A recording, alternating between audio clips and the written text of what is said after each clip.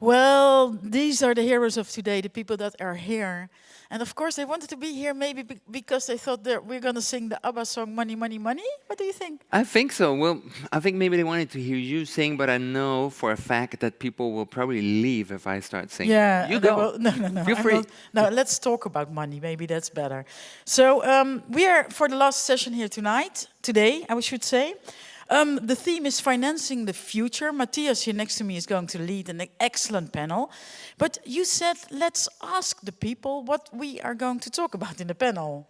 That is easy, doing your work easier. Yeah, I thought you wouldn't recognize the trick here, but I you're right. know. Ellen, if we ask people here, what do you want to talk about? It sort of has to deal with money because that's why we decided to have this panel. Yeah. But we could use the app and people could just put top of mind what's important for you that the experts that we're going to have are going to talk about. And I promise you we'll deliver on that.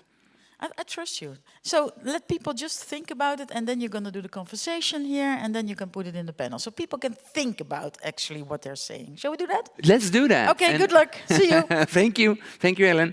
And for the brilliant chairing of this session and all of these sessions today. Thank you so much. So, yeah, things are starting to come here. And while you keep on texting, we've got a treat for you. We have a very special rapid fire discussion that we're going to have here, very candid, very open. I'm going to introduce to you just now Carla Detrieux, who is now the president of Create and Revamp. But the key reason that we have her here and why I'm so excited to talk to Carla just now is that Carla was key in Volta, you know, the great electric distribution truck that we all were excited about, and then it went bankrupt, and then it came back, and then it went bankrupt again. And I think there's no better way to frame the discussion about finance than to start with brilliant upstart, and then it didn't make it all the way anyway. What can we learn from that? So please give a very warm hand to Carla Detrieux. Money, money, money, must be funny in the rich man's world. Money, money, always sunny in the rich man's world. Hi, Matthias. Hi, Carla. So good of you to be part of this and to share your experiences with us. And I know that some people are going to think, well, we're going to talk about the failure of Volta, but I want to start at a different point. Tell us about the successes. What went right with Volta? Thank you for the opportunity to be here and share some learnings. So if we think about what went well, it starts from the very beginning, which is creating a purpose-led organization. I think what drove such an incredible culture within Volta was the fact that we created an organization that was here to solve for environmental crisis, as well as safety issues in urban distribution, and to finish the driver shortage, so the lack of younger generations as well as females in the industry. So it was never just about a single vehicle. Then when we reflect, it was also the luck of starting from a blank piece of paper and designing the best-in-class vehicle for urban distribution. I'm sure some of you guys have seen it. It was quite unique, probably the sexiest truck in the industry, if I'm honest. But I'd say in terms of execution, if I was about to wrap up on the key strength, we enabled pace and scale. That was thanks to our strategy of being an aggregator. And so we didn't have years of testings or internal R&D, which was quite heavy for us. Instead, we were integrating systems. So sourcing components and parts from established business players, whether it was the Meritors or the Proteras of this world, and building or aggregating in the factory in Steyr, which was also contract manufacturing. I'd say if I was going to wrap up, this is the key points, as well as daring to do things differently, especially in such a conservative environment, which is well under pressure, as we know, and customers also suffering a lot of thin margins issues. We were talking about a cost-driven industry, which we try to shift towards a value-orientated industry. I don't know how much you know about the Volta, but I think we've all seen it. And if you haven't, just Google it quickly, because it was a complete, turnaround when it came how to design a truck made for city distribution. I loved it. When I talked to drivers, they loved it. When I talked to logistic companies, they loved it. But you failed. How come? I don't like the word failing because I think that somehow we did help the transition move in the right direction. We did challenge competition. We kind of help us going towards the right direction. What went wrong are some of the key decisions that we made. First, I think it's important to say, yes, we did make some mistakes openly. I'd say the first one was to do too much at once. Manufacturing is not service is not the extension of manufacturing. It's a very different business model and culture and execution. And we tried, on top of designing, permitting, and distributing a vehicle, we also tried to enable what we called back then truck as a service, which made a lot of sense. Take away the possession anxieties from customers and build. I just want all of us to understand truck as a service. What is it? So it's a white label solution, which includes maintenance and service, which you need, charging infrastructure, energy supply, insurance, driver training, financing, and it goes on. And for a startup, building a truck plus developing this solution across the board, across multiple countries, it's too heavy, right? So we wanted to do too many things at once, I think, as well as growing in too many countries at the same time. Obviously, this is the internal factors and context, but the overall anxiety in our EV cloud didn't help, especially on financing, and this is the reason why I'm here today, not wearing the Volta colors. And like Phoenix, you rose from the ashes. You did brilliantly, showed your truck. I drove it in Sweden. I was amazed. Then you went bankrupt, and then you resurfaced, and then unfortunately you went bankrupt again. What happened? What was the difference between the first and the second time you went out of business? I think we call it V1 and V2. Okay. So in V1, as I said, we had the product, we had the service, we were across 12 countries in Europe, we were launching the US and the Middle East, and so that was intense growth, probably too quickly. One key data point is we went from 1 employee, which was myself, back in May 2020. You were the number 1 employee. To October 2023, we went from 1 to 950 people. And growing a business at such scale is extremely tough to keep that alignment and keep the mission very focused. So I think what changed, first when we went from V1 to V2, our legacy investors did come back, and we didn't just do the same thing all over again. We had, I think, people that were able to question themselves and reflect on the mistakes that we had done. So we changed the positioning. We became an OEM. We only focused on building chassis cabs, which we could easily integrate in our customers' operations. We scaled down the product line, also only focusing on 16, 18, whereas in V1 we had 3 more models. And to finish, we went from 950 people to 150. Okay. So we did learn a lot, and I think when investors came back, a key point is they asked us to work on 4 key pillars, which were the essentials or the fundamentals. First, regroup our customer legacy of customers, because we did have a lot of support from a lot of established industry leaders. Second was federating again our value chain, which was extremely fragmented as an aggregator, and quite hurt as well from all the debts, let's call it this way. I mean, this is what it is from V1. Third, we had to build a fleet of 50 vehicles, which we called the Moonshot, because it did feel like aiming at the moon back then, but we did, all right? And fourth was raising capital and diversifying our investors pool. Customers, tick. Suppliers, tick. Manufacturing, tick. Capital, now go. So I think it's important to talk about, I think that's part of your next questions. How is Europe receptive to this sort of climate tech industry financing opportunities?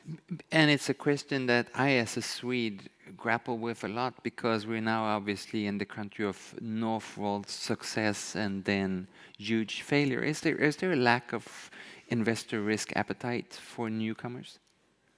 I think the ambition is there. It's probably the investment culture which isn't adapted or ready for it yet. We are in an industry which is extremely capital intensive. I think this isn't new for anybody here, whether it's infrastructure, battery, trucks. This require time, capital, endurance. And this requires funding that understands that you won't get the turnover, you won't get the scale that you can see in other sectors in 18 months. We need patient capital. And I think this is the point, the one that understands that it may take 5 to 10, 7 years to really ramp up. And that it isn't a 0 to 100 in one day. Electrification, especially in urban distribution. I mean, urban distribution is an easy case, but if we think about logistics, we never pretended that electrification was the response to 100% of the use cases. This isn't the case now. Maybe will be later on, but I'm a believer that we need this energy mix. And so it's understanding the market, which is, it's that gap really that caused us this unfortunate situation. One thing that surprised me and made me proud when we discussed this earlier, I think yesterday over dinner, was that you said that actually the Swedish well-known manufacturers of Volvo trucks and Scania were helpful. They were not a hindrance. What do you mean by that?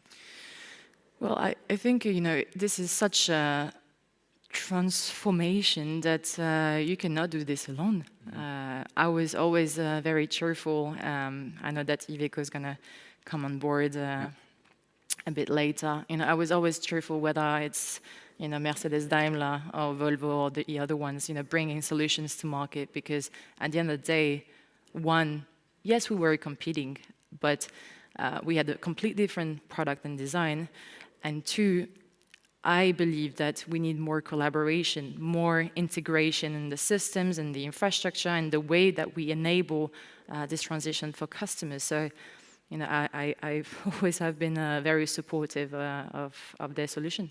Excellent.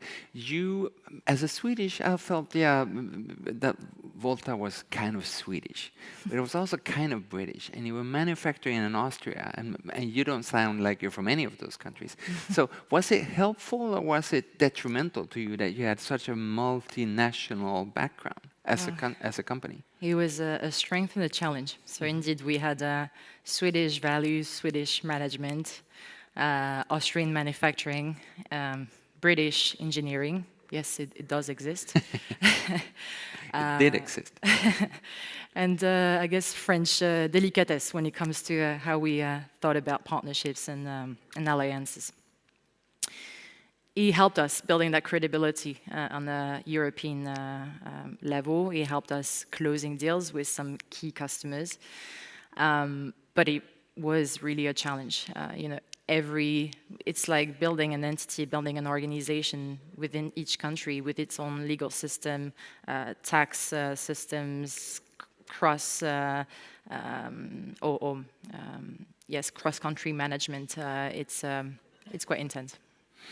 I signed one of those papers so that if worst comes to worst, somebody might be able to use my kidney and somebody else, I don't know what, my lungs or whatever.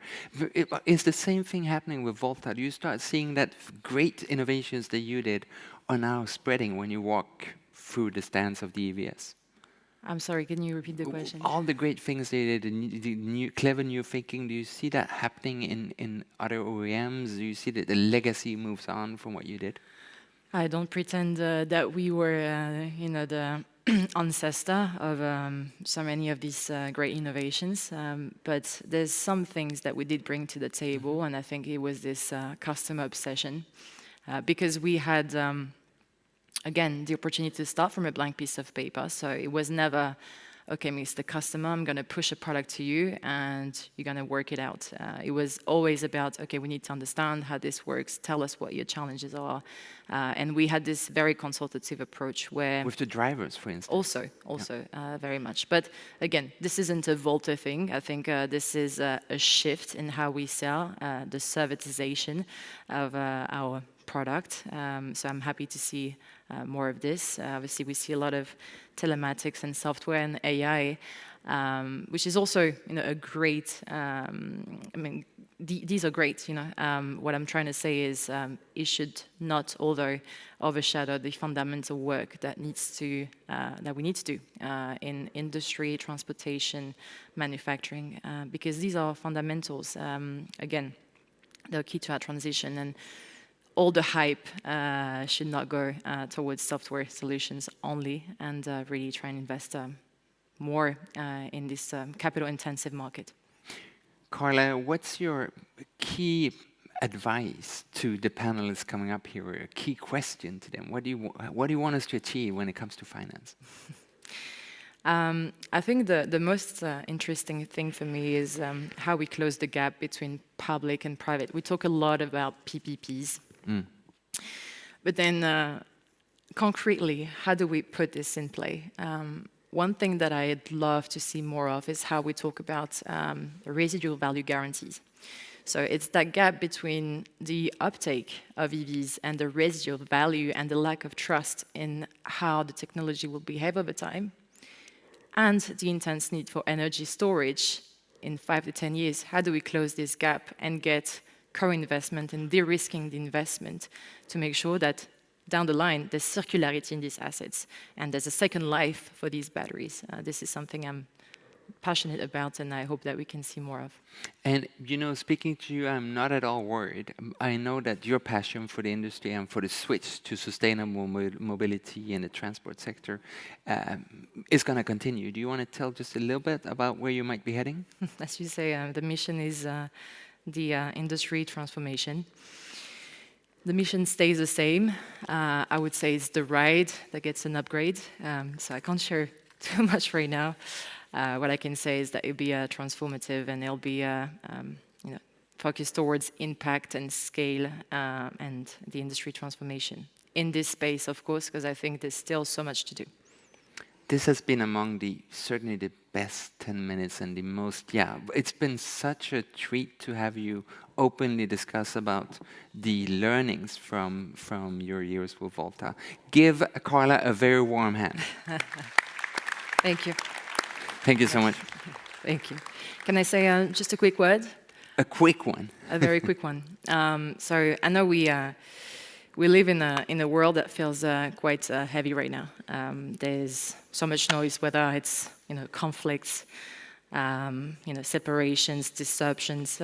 It's again maybe a moment where you want to give up, where your ambition shrinks, and you can lose faith. But I want to say that this industry needs all of us, top down, from bottom up.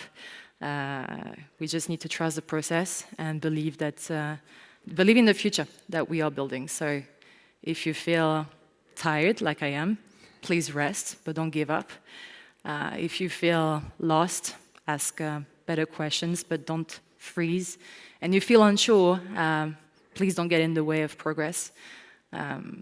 We need to go off script and take the risk, but go off script to write a better one together. I pause here. Thank you. Thank you so much, Carla. We'd vote for you if we could. Now, please help me welcome the brilliant panel that's going to take up the challenge that you gave us with your top-of-mind issues that we want to discuss, and that Carla gave us with her story of success, but also, unfortunately, a bit of failure. So I'm going to start with welcoming up Elio Fonti, who's the Head of Financial Service Business Development and Strategy at Iveco. Please give Elio a warm hand. We're going to invite Isabelle Duprat, who's from the European Initiative for Energy Security. Isabelle. We got Benoit Lemagnon, who's the CEO of Verkor. We got Glenn Levede, who's the head of sales and business development at Ampeco Europe.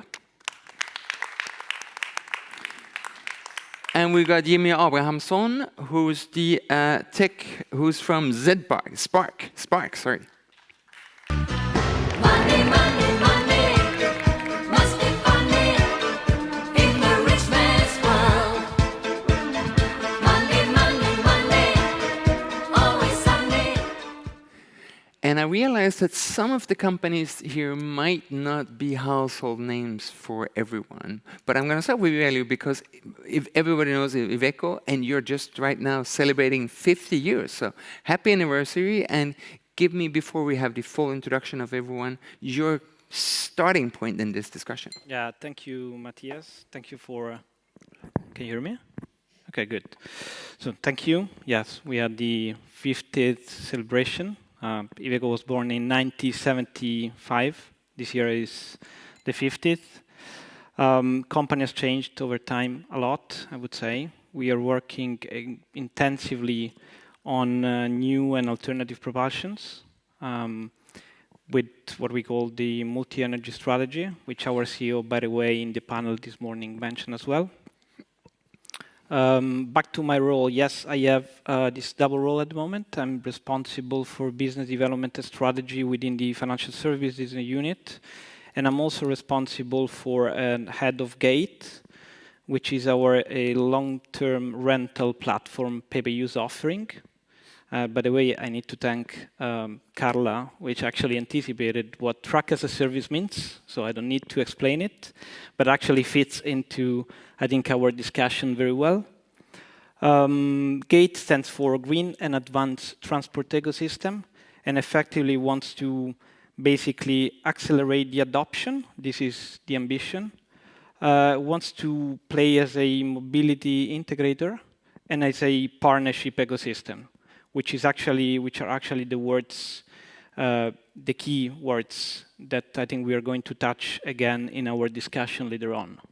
It's about cooperation at the end of the day. That's a great start, and we're going to try and gate this whole session. I love that abbreviation. Please move on, Benoit. Hello. The good thing is we don't see you, so we believe it's a full audience. I'm leading Verkor. We launched in 2020 with the idea of being a battery manufacturer in Europe. We are today 1,000 people, growing from our hometown in Grenoble in the Alps, shipping batteries to Renault, our lead customer, and expanding into a gigafactory in Dunkerque, north of France, that will start early next year, to ship cells and to power the very nice Alpine A390 that you may have seen recently in the press. And that's for me. Thank you. I'm Jimmy Abrahamsson. I'm leading Spark. Spark is a startup from the north that has taken a different approach to growth and capital compared to other startups from the north. We build an ecosystem of software, hardware, and energy management. Started with AC chargers, and now we have battery systems, we have DC chargers, and we have a quite comprehensive orchestration of it. Thank you so much, Jimmy. Glenn. Hello, hi everyone. So my name is Glenn Leveder. I'm the head of business development for Ampeco.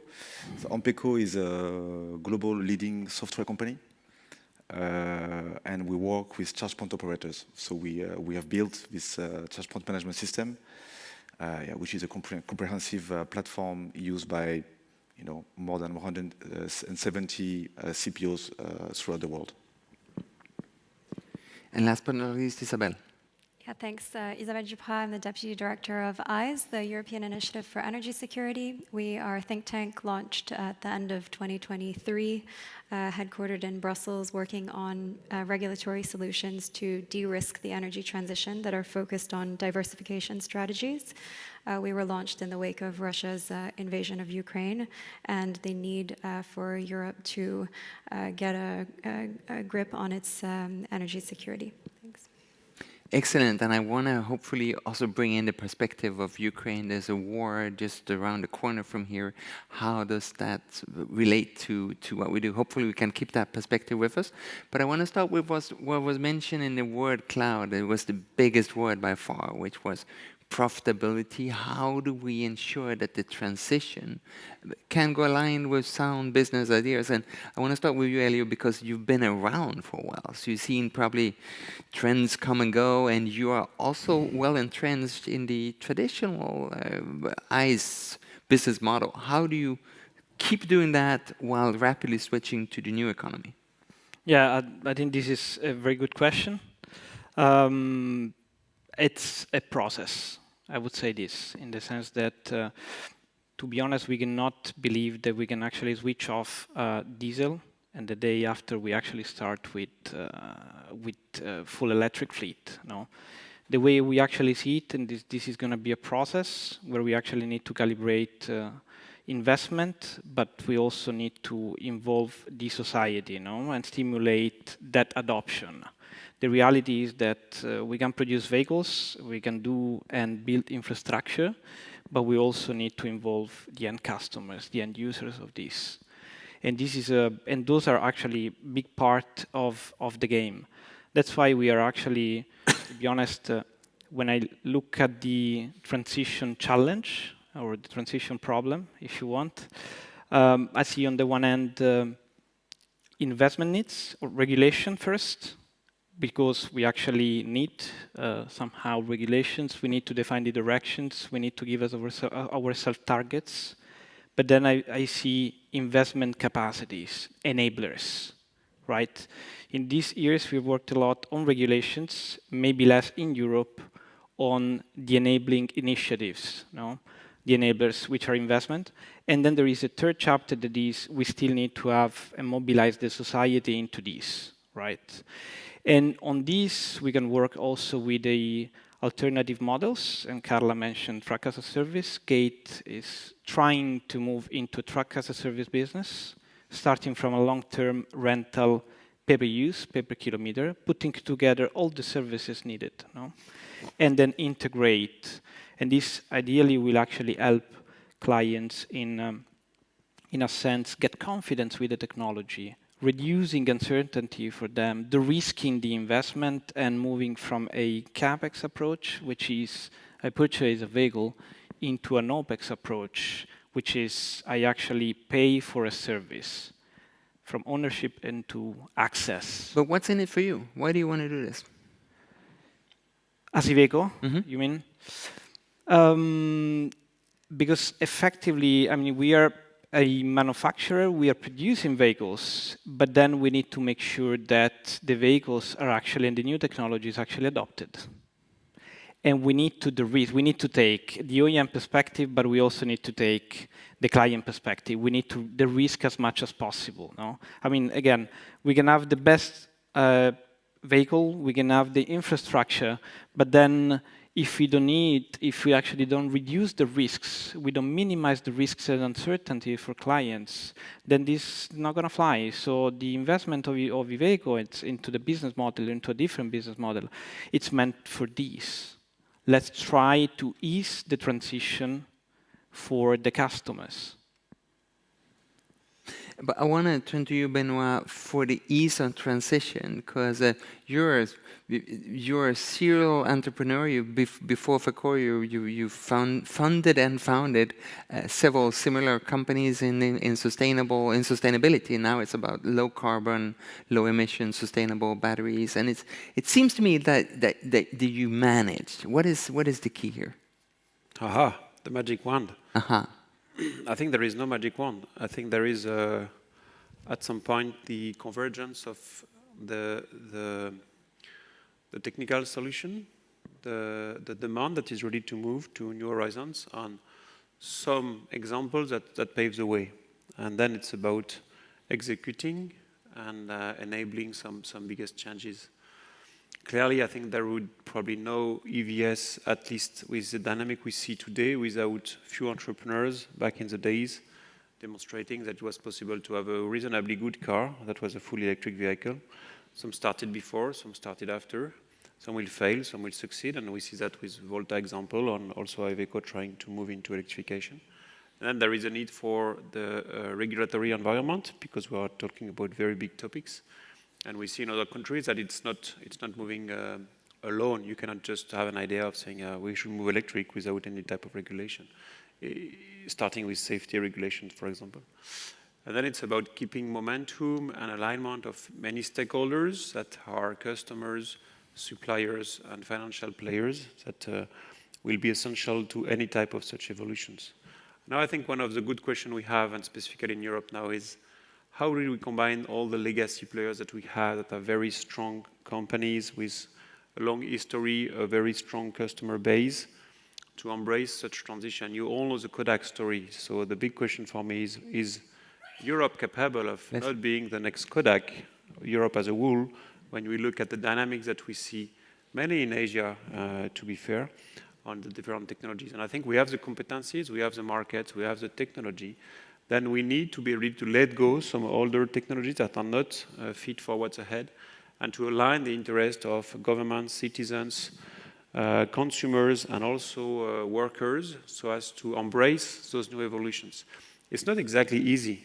And we have been driven in Europe for probably minimum 50 years by one single point of entry that was reduce the price for the customer. It's good, but it's not enough, because it does not take into account what we need to do also as stakeholders of societies, as producers. And then we are afraid of seeing all the industries potentially at risk of losing ground in Europe, simply because the competition is harsh from outside. But it also needs to go with some support from governments and European Commission, but also with some protection, because the way Europeans are living goes with some benefits, but goes with some cost. This has to be ultimately also paid by the customers that we all have. When I was speaking to Carla just now, I was reminded about the Swedish industrialist Per Barnevik, the former CEO of ABB.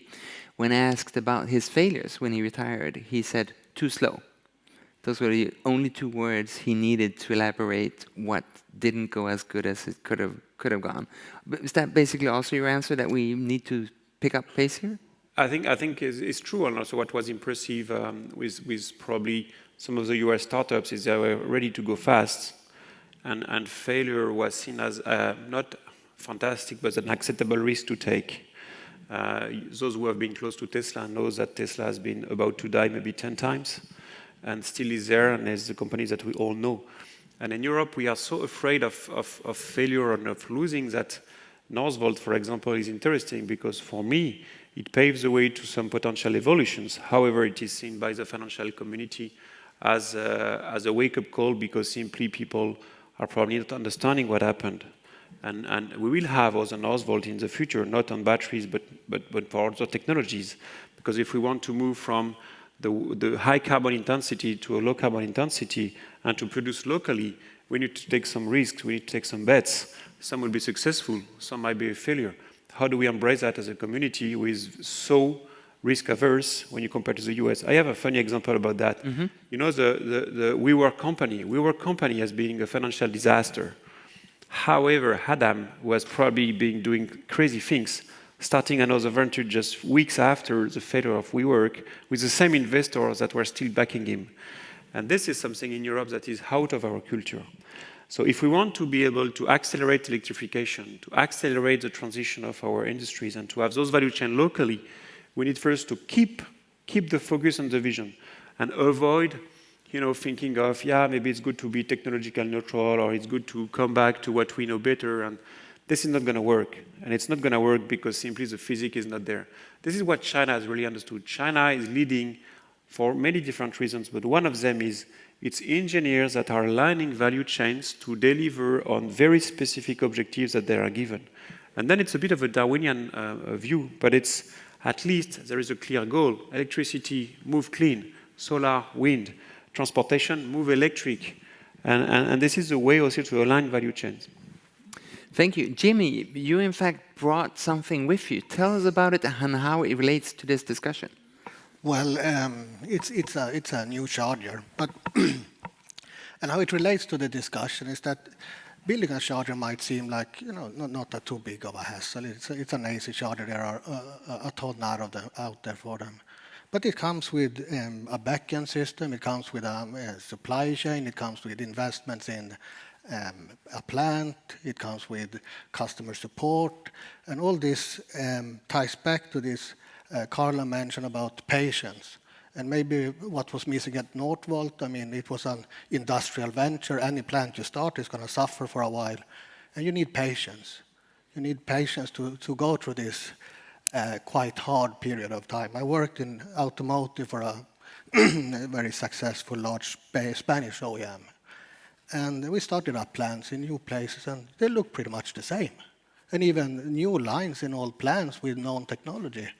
And we had the same problems.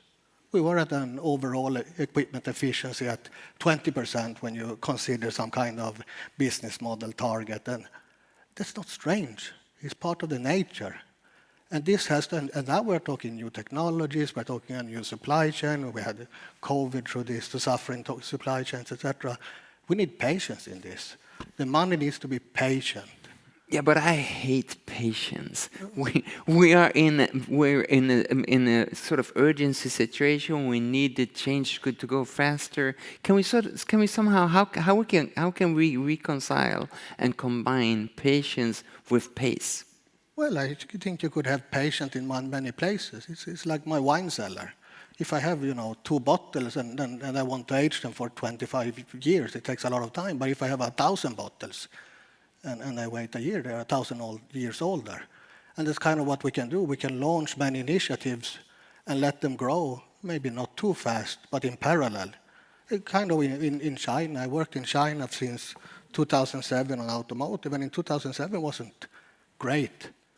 In 2014, I worked, it was a different situation. They had learned a ton about manufacturing, a ton about engineering, and today, the question is, are we behind? How much are we behind? And that's kind of what they did. They launched on a broad scale. And patient was not only time, it was also number of efforts. Right. And I noticed that a lot of us might be watching this after when it's actually happening. But for those of us who are here live, I am constantly updating my iPad here to integrate your questions and comments. Please keep them flowing. And Benoit, Glenn, when we hear Benoit and when we hear Jimmy, these are similar companies to what you've been working with for many years, helping them through the different stages, helping them perhaps combine patience and pace. What's your general reflections on the situation we're in and how we can scale up fast? Yeah, so I'll give you maybe another point of view, maybe the one from a charge point operator, EV charging.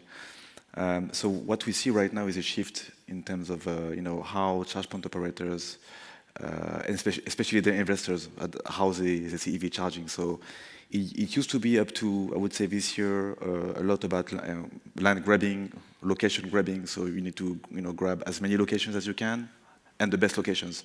And what we see now is a shift towards quality. So now investors are asking for increasing uptime of the charging infrastructure, increasing the utilization rate, having a better user experience. And these things, it's not easy, right? You need to have the right technology, the right partners for that. But for sure, what is clear is that now there is an urgency, for charge point operators to become profitable, whether they are financed by equity, by green bonds. We've seen like some very, very heavy fundraising, for example, in Europe. Ionity, you saw it. In France, we had a few big charge point operators that raised 200 millions. But now the investors are becoming very nervous and they're asking, okay, now you need to deliver, and how many chargers you have, where they are, it's not good enough. Like we need to see, all this is going up, and this is where we actually, Ampeco, this is where we come in, because to be able to do that, you need a comprehensive software stack, for complex event processing, for even AI, for example, for fault detection, because it's good to see what's going on the grid, but it's great to automatically understand where are the faults and get all the relevant insights. So this is where we are right now, and the ecosystem is changing quite fast. It's changing fast, and Isabel, you are an expert on European policy. It's been your work for many years, and both Carla mentioned that she wants to see how can public-private partnership improve, and it was also one of the key questions from the audience that they would love for us to develop. What's your take here? Yeah, I mean, I want to underline that, like, we're having this discussion on financing in the context of a competitive landscape which is highly distorted and has, been facing, we've had unprecedented levels of intervention in markets globally, and that's by our economic competitors, the United States, where subsidies have had distortive impacts on European markets, and strategic competitors, China, where, equally have had very distortive impacts on European markets. And this is because, state-owned and state-affiliated companies control significant portions of the EV supply chain, and they're not held to support market principles, so principles of profit maximization. So, there are huge amounts of subsidies that are going into minerals extraction, processing, battery manufacturing, EVs, and these allow these companies to deploy predatory pricing strategies and non-competitive trade policies, including dumping and, restrictions on export licenses as well, which have been seen in 2021 with graphite restrictions into Sweden, where we're having this conversation, and also in the last 6 weeks on permanent magnets into Europe. And this is all made possible because we're not pricing in the cost of environmental standards and human rights standards into these supply chains. So I think there are two priorities for us, and we actually have papers on the two regulatory responses that we think need to be prioritized, which is one, how do we actually capture some of the financing coming into Europe from Asia, and doing that in such a way that you make that conditional on market access. So essentially requiring joint ventures with majority European-owned joint ventures with forced technology transfer.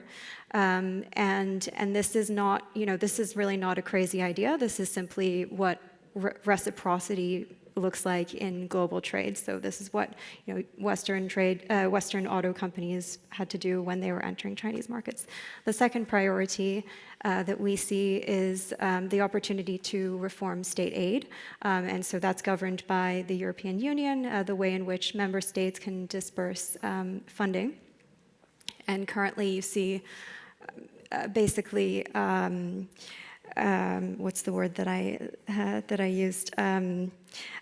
Perverse incentives, right? So you have this funding gap-based approach with clawback mechanisms, which is not incentivizing companies to become profitable, and so shifting the approach towards supporting production and operational expenditure, and not just capacity, and also introducing made in Europe resilience criteria as eligibility conditions to receiving that funding. So I think those are the two priorities. And we get a lot of questions from you guys about, first of all, what do efficient subsidies look like? And secondly, and that might or might not be the same question, where do we expect subsidies to go in a European perspective? But before we go there, and I want to hear all of us on that, before we go there, I want to put a different question to you, Isabel, which is also coming from several of us, and you just alluded on that. Given the current situation in the world, not least with Russia's war in Ukraine, if we add a perspective of resilience to the topic here, where does that lead us? I mean, adding the topic of resilience is absolutely essential, and I think we need to talk about taking a security by design approach to our energy systems and our energy supply chains. So when we look at critical infrastructure, building redundancy within that, and within supply chains, really prioritizing processing and refining of minerals in Europe, developing diverse partnerships with minerals-rich countries that are ex-China, so that we can mitigate that risk. And I mean, we're also having this conversation with serious military activity going on in the Middle East, which has again highlighted that the need to end our dependence on oil, and that this is really a question of economic security. And that was actually highlighted by the head of DG Klima this morning, that this is a question of saving the world for the sake of the climate, but it is also a question of economic security. What a great win-win. Yes. I think resilience, it's not that easy to define, but non-resilience is very easy to define. I mean, it's quite obvious. German dependency to Russian gas is not resilience. So what do we do to not be dependent on such suppliers that we don't control? And for that, we don't need, for example, for batteries to be 100% autonomous. What we need is 30, 40, 50% to get the technology, close the loop, and be able to have more freedom to decide what we want to do. I think what is at core. Because remember, in 2008, we had oil prices spiking at $147 per barrel. And then it came down, and then we were like, okay, it's okay, back to the good old world again. What if next week we have a big fight in Hormuz, Detroit, and we had the price spiking again at €2 or €3 a liter in Europe? How we will consider the likes of Northvolt that probably would have been lacking a bit of support and the resilience that they could have given to all that we need to do. That's why we need to keep pushing, not looking at the next 2, 3, 4 years, but looking at the next decades. It takes time to create that resilience and that autonomy.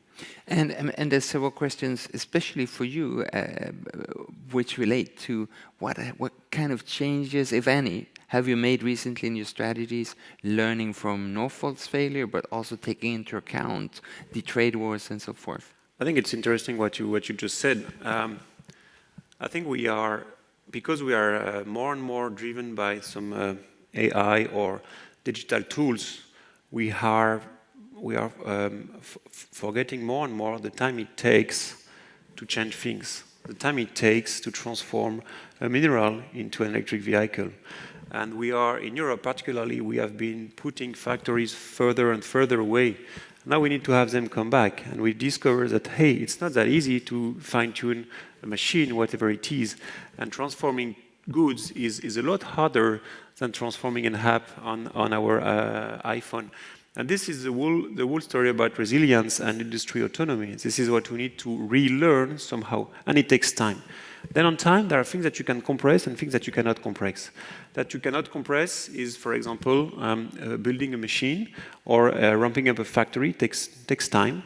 However, giving an authorization, giving a permit, that can be super fast if we try to speed up the process. So the things that you cannot accelerate, you need to live with it. Adoption of EVs, you can accelerate through regulation. Deploying some equipment can take some time because simply you need to buy and to build the stuff.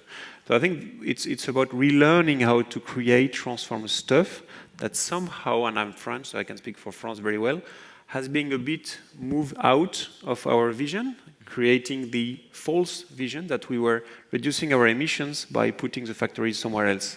But now we believe and we see that it's important to have them come back, but you know that very well. Yeah. People ask you, what's missing for you to go big, go giga factory? What kind of finance do you need? I like to make the parallel with CATL. Because people think, yeah, we're not going fast enough, you should have 10 factories, thousands of customers, and all the OEMs are coming to see, can we work together after what happened to Northvolt? CATL started with just one simple product that was delivered to BMW on the i3. Mm-hmm. That was quite humble, and they progressively, over 15 years, they scaled. So what is lacking? I think one thing is clearly lacking. Europe needs to send a very strong signal that batteries needs to be localized and produced locally. Mm-hmm. Because so far we are a bit in between. We say, okay, we need to go electric, but somehow leave the borders open. But as you said, China is working with a different timeline in mind. It's not about the next year, it's not about the next 5 years, it's about the next decades. So it's not that they don't play with the same economic rules. It's just that they don't have the same vision. It's not about winning now. It's winning in 2050, in 2100. Those are the years they're looking into in terms of vision.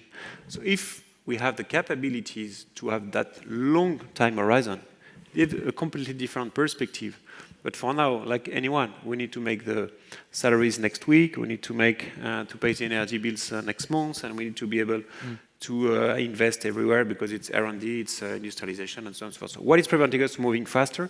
That clear signal will clearly pile up volumes and demand from customers. For now, we don't have that. The other piece is support, because our customer come to us and say, we like what you do. We will be happy to become your customer. But for that, we need to be competitive, meaning if, for example, there is a backdoor in the European regulation and that other players can fuel with subsidized batteries, what's the point? And my neighbor would reflect on that. And the other piece is, let's have a level playing field. So it's what we call the protection. You want to sell batteries in Europe? Fine, but you produce them in Europe.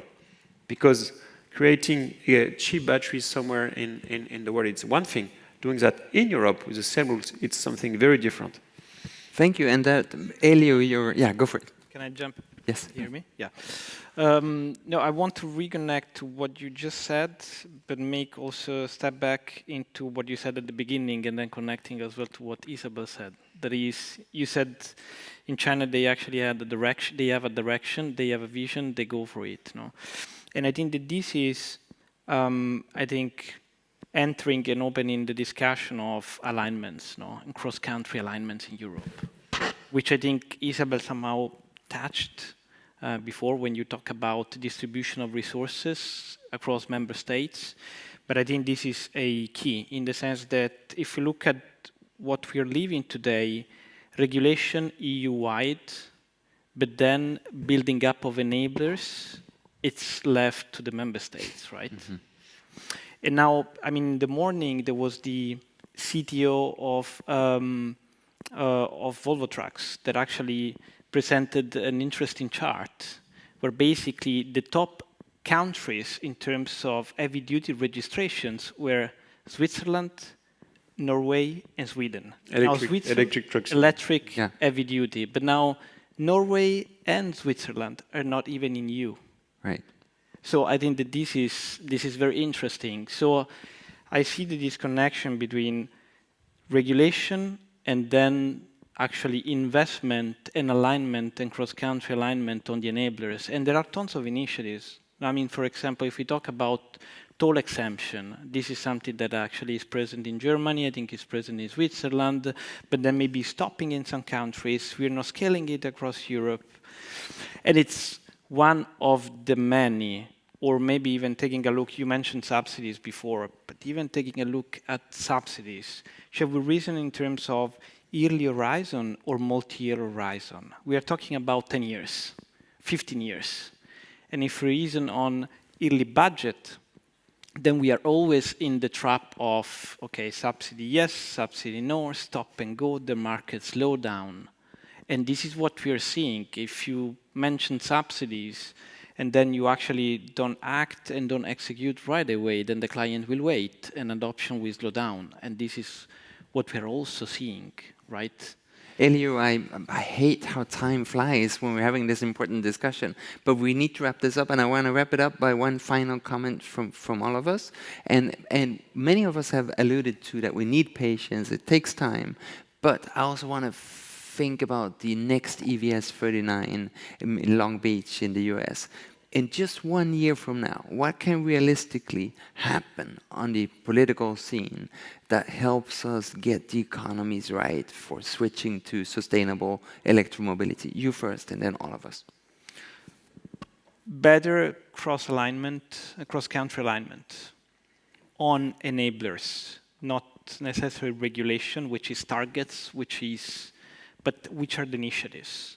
How can we align on initiatives across different countries? That is budget definition on a multi-year horizon, that is budget allocation, that is even actually relying on best practices that actually worked in some countries. And toll exemption was one of them. Excellent. Benoit? Well, I'm a bit disappointed because I thought next EVS would be in Europe, and then I would have brought the new car that we will power with our batteries. But we'll try to see what we can do for Long Beach. I would say I like the idea of alignment. Don't misinterpret the time challenge. It's not about being patient. It's about realizing that some things take some time, and it's important to give that time, not because we cannot go faster, but because there is no alternative. I think the other piece is we should, at least in Europe, play more the partnership and cooperation when it comes to creating those value chains, aligning between countries, but also between players, and be allowed to do that. Because as of today, if we speak together and then I say to my neighbor, why don't we also speak with Scania, for example? Oh, it's impossible, you need the lawyers and blah, blah, blah.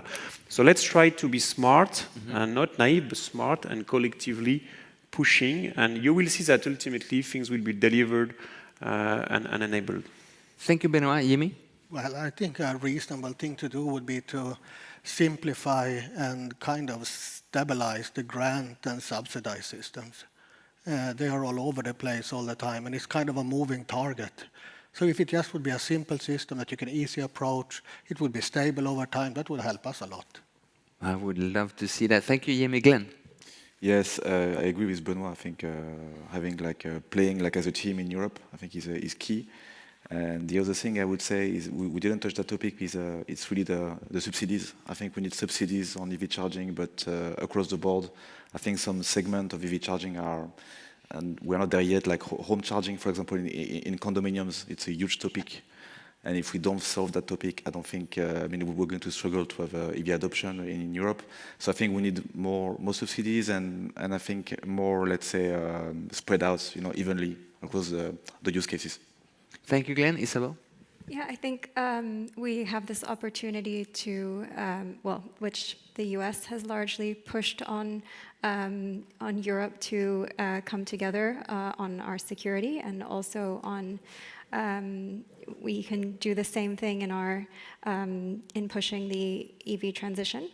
And I think in order to get there, we need to align our risk frameworks across industry and policymakers and across member states, and recognize that the EU has a tool that is at its disposal that is very rarely used, which is trade policy, and that it needs to leverage to better address challenges from outside of Europe. You get a bunch of thumbs up for that, and we all, I believe, get a bunch of thumbs up for the very great discussion that we had, the many key points that we managed to raise, and all the questions, I believe 12 or 13, that we managed to also answer from the audience. Some of you didn't get the chance to get your questions answered.